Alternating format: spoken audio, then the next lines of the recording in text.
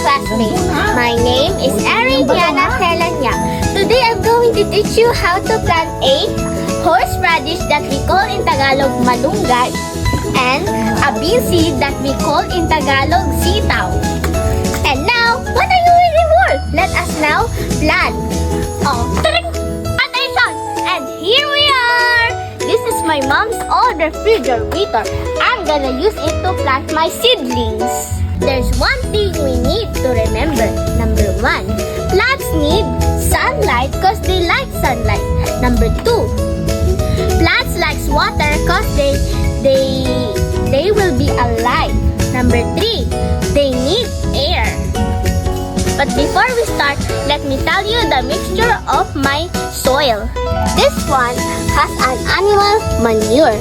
Number 2, it has an decomposed fruits and vegetables. Number 3, it has my garden soil. Yeah. Now, what are you waiting for? Let's start.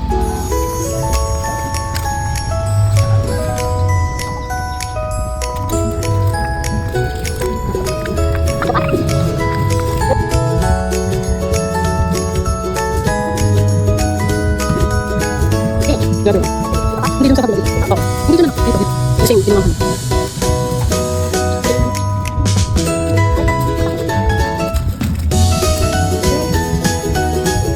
Now to put 2 seeds in each hole.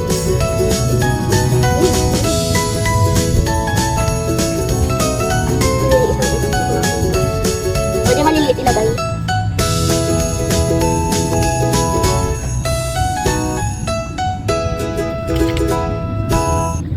Let's fill up each hole.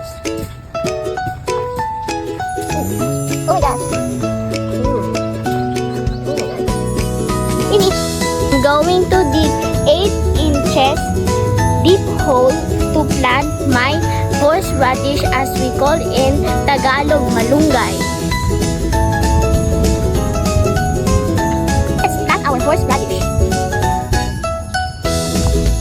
Baliktad. Tama yun. Sige. Oh, yung isa pa kunin mo. Oh, baliktad. Tusok mo. We are going to water the plants that I planted.